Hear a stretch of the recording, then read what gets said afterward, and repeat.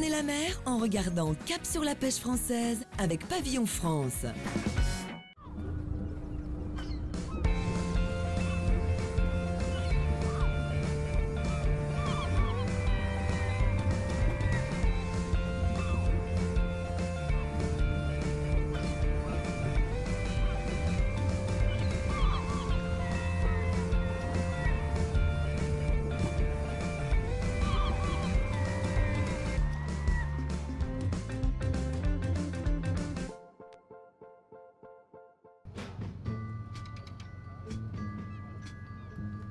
Cette semaine, nous avons rendez-vous au port de la Turballe avec deux chercheurs de l'Ifremer qui travaillent sur la même thématique, les pélagiques, ces petits poissons qui vivent en banc, sardines et anchois en particulier.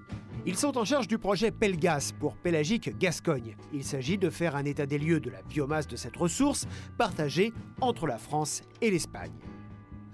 Tous les ans, on doit donner un diagnostic, savoir où en est la population, combien il y a de géniteurs, combien il y a de recrutement.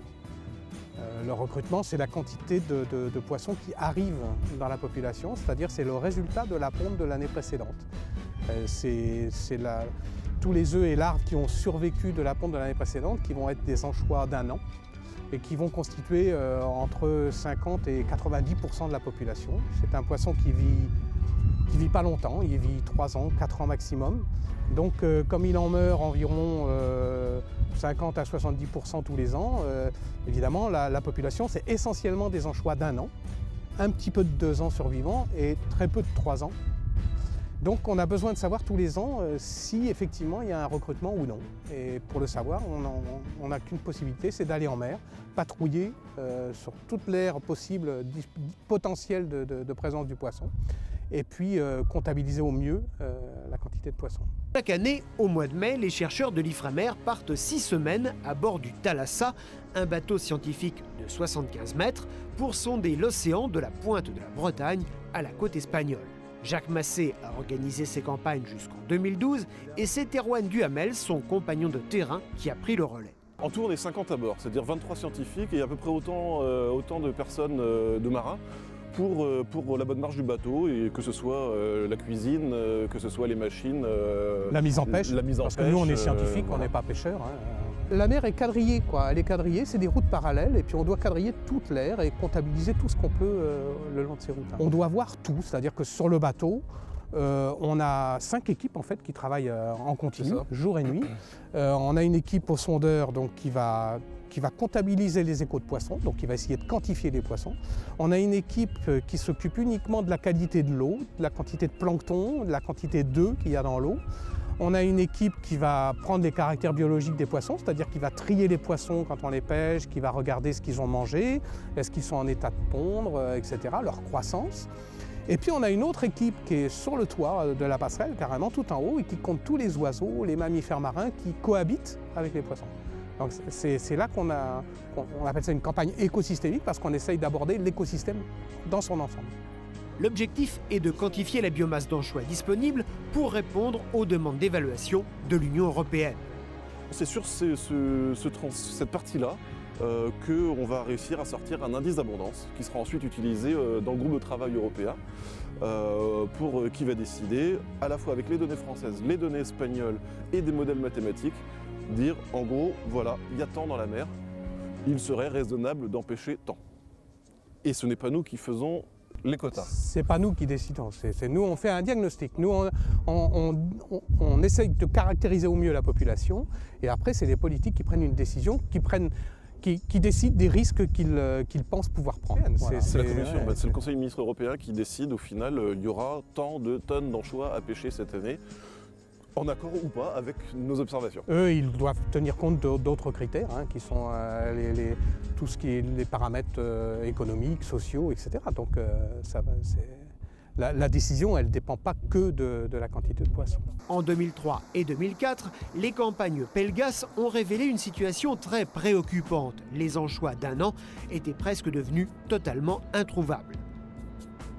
En 2005, la décision a finalement été prise de fermer la pêche à la demande des pêcheurs espagnols et malgré la colère des pêcheurs français. C'est ce que l'on a appelé à l'époque la crise de l'anchois. Vous savez, les scientifiques dans le monde de la pêche, on n'est pas forcément bien vus, forcément on est annonceurs de mauvaises nouvelles, hein, on est vraiment les vilains canards. Hein. Le problème c'est que les pêcheurs ils vont aller automatiquement là où ils sont le plus sûrs de trouver du poisson. Forcément, eux il faut que ce soit rentable, il faut quand même qu'ils payent leur gasoil et que voilà. Ça ne veut pas dire que c'est la pêche qui est un l'anchois, parce que dans le cas de ce poisson-là, justement, c'est pas le cas. C'est tout simplement l'environnement, c'est la nature qui fait que la ponte ne va pas réussir. Mais évidemment, si on maintient une pêche alors qu'il n'y a pas de bon recrutement, bah forcément, ça va être un facteur qui va empirer la situation, donc il faut absolument intervenir. Donc la pêche a été interdite en 2005, elle n'a été rouverte qu'en 2010, quand vraiment on a eu des signes de bon recrutement qui pouvaient renouveler la population. Depuis 2007, les campagnes Pelgas sont menées avec des pêcheurs professionnels. En effet, les scientifiques utilisent une méthode acoustique pour quantifier les poissons en fonction des échos détectés par les sondeurs, mais ils doivent ensuite pêcher ces poissons pour savoir à quelles espèces correspondent les échos. Ils nous accompagnent, ils nous suivent à 2-3 000 hein, le long de nos radiales, ils font exactement les mêmes routes que nous. On discute en VHF de ce qu'on voit, on compare ce qu'on observe. Et puis, comme il faut identifier les échos quand on en a, et bien on leur demande de nous aider à les identifier. Eux, ils sont très efficaces, par exemple en surface, ils sont plus efficaces que nous. On se partage les pêches. On dit, bon, bah, tiens, moi je vais faire celui-là, toi tu peux faire celui-là. Bon, bah d'accord. Et à nous deux, enfin, quand je dis à nous deux, c'est la thalassa et la paire de bœufs professionnels, on va identifier beaucoup mieux qu'avant les échos et donc avoir, j'ose pas dire plus de précision, mais moins d'incertitude sur nos identifications et donc sur la quantité de poissons qu'on va déterminer. Les professionnels sont très contents de participer à cette manip-là parce qu'ils voient en même temps que nous, ils voient comment on travaille. Le diagnostic, ils l'ont aussi eux parce qu'on va partout, ils voient les quantités de poissons qu'ils peuvent pêcher à la côte, au large, dans le nord, dans le sud. Et donc ça fait qu'on aboutit à une précision et puis on est d'accord. Donc c'est sûr que ce n'est pas eux qui pourront donner le chiffre final de il y a 86 000 tonnes d'anchois dans le golfe de Gascogne. Ils ont l'impression, ils ont le feeling, ils sentent comment, voilà. Et c'est vrai que leur expérience de la mer est super précieuse pour nous. Et moi, je crois que l'enrichissement est réciproque. L'enrichissement réciproque, parce que nous, on apprend énormément aussi. Hein. On travaille avec eux, on est en mer en même temps qu'eux, on discute sur le vif, sur le poisson. Et ça, c'est énorme, je pense, pour eux, mais pour nous aussi, quoi. On profite de leur expérience. Tout le monde apprend de tout le monde, et ouais. C'est ça qui est d'autant plus appréciable, c'est que même quand on va après donner les résultats, rendre public les résultats de la campagne, c'est que maintenant, même quand on n'est pas forcément annonciateur de bonnes nouvelles, les pros le savent, et donc c'est pas une guerre de pêcheurs contre scientifiques parce que ah bah non, je vous dis qu'il y avait plein de poissons, vous savez pas où le chercher et tout ça. Non, on a vu la même chose au même moment, et donc bah, le constat est le même des deux côtés. Alors c'est sûr que des fois c'est un peu nuancé, mais globalement l'accord se fait, et puis disons qu'on se comprend mieux, on se comprend beaucoup mieux. Je crois qu'eux comprennent mieux les méthodes qu'on utilise, et puis nous on comprend mieux aussi leur métier et leur manière de voir le poisson, c'est excessivement important. Sur les quais, les deux scientifiques rencontrent des pêcheurs de la Turballe qui partent en mer. Et bien évidemment, la conversation s'engage sur la ressource en poissons. Ah ouais? Ouais, parce qu'il y a beaucoup de petites là, pour les conserveries, c'était bien ça. Ah ouais? Bah oui. Allez, hein. Bonne marée, à la prochaine. Bonne mer.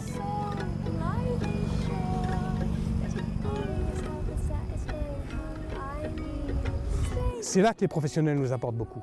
Parce qu'ils nous disent « Ah oui, mais nous on a déjà vu ça, bah, c'était une époque où, bah, par exemple, quand la lune elle est comme ça ou quand la marée elle est comme ça, nous c'est des facteurs qu'on ne tient pas forcément compte et qu'on fait rentrer maintenant dans nos modèles, hein, on fait attention, beaucoup plus attention à ce genre de choses. Pour les pêcheurs et les flottilles de pélagiques avec qui on collabore, que ce soit les chalutiers pélagiques en bœuf, que ce soit les bolincheurs, le discours il passe très bien, et au contraire, ça en nous tout cas on a plus de dialogue avec les professionnels, que ce sont eux qui sont demandeurs d'informations, qui viennent nous trouver pour nous demander d'exposer telle ou telle chose issue de la campagne.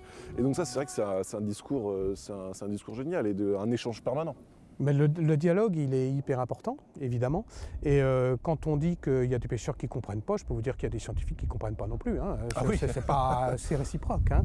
Mais je pense que justement, le fait de travailler ensemble, c'est hyper important, quoi. C'est capital. En collaborant, les scientifiques et les pêcheurs font les mêmes constats et partagent leurs expériences. Pour autant, après des dizaines d'années d'observation, il est toujours aussi difficile de savoir pourquoi une année il y a du poisson et pourquoi l'année suivante il vient à manquer. On a appris que c'était encore plus compliqué que ce qu'on pensait avant. On mesure d'autant plus l'étendue de notre inconnaissance.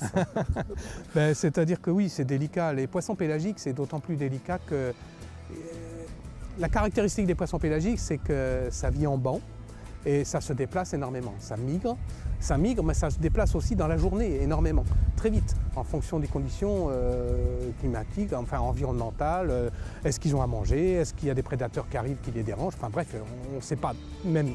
On ne sait même pas exactement, on est en train justement d'étudier ça, de voir un peu les causes à effet, quoi. Les causes, c'est essentiellement l'environnement, hein. C'est donc les conditions de survie des œufs et des larves. Et c'est pour ça qu'on a encore du boulot, nous, chercheurs, parce qu'il faut qu'on explique. Sincèrement, c'est vrai qu'on n'a pas d'explication formelle. Non, on n'a pas une un année, magique qui... Une année, dans les années 90, on a cru que c'était ce qu'on appelle les upwelling, c'est-à-dire les remontées d'eau froide le long de la côte des Landes, aux Accords. Chargé de nutriments, voilà, et qui faisait que ça marchait bien. Et on a dit, oh, c'est chouette, avec cet indice-là, cet indicateur-là, on va pouvoir prévoir. Et la première année où on a essayé de prévoir, ça n'a pas marché du tout. Alors on s'est dit, il doit y avoir autre chose. Alors on a cherché, on a trouvé un deuxième facteur, c'était les coups de vent en été. Ah bah oui, quand il y a un coup de vent en été, le recrutement d'après, il n'est pas bon. Parce que ça casse l'enrichissement de l'eau, ça casse...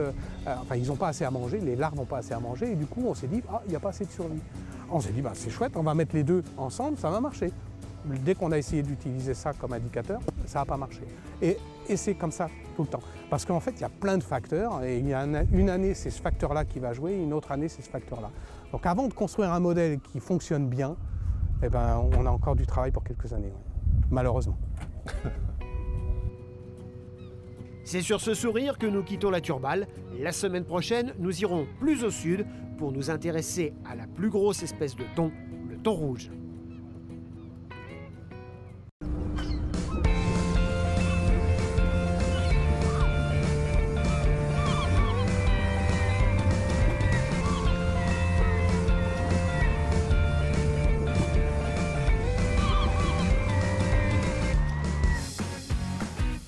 C'était Cap sur la pêche française avec Pavillon France.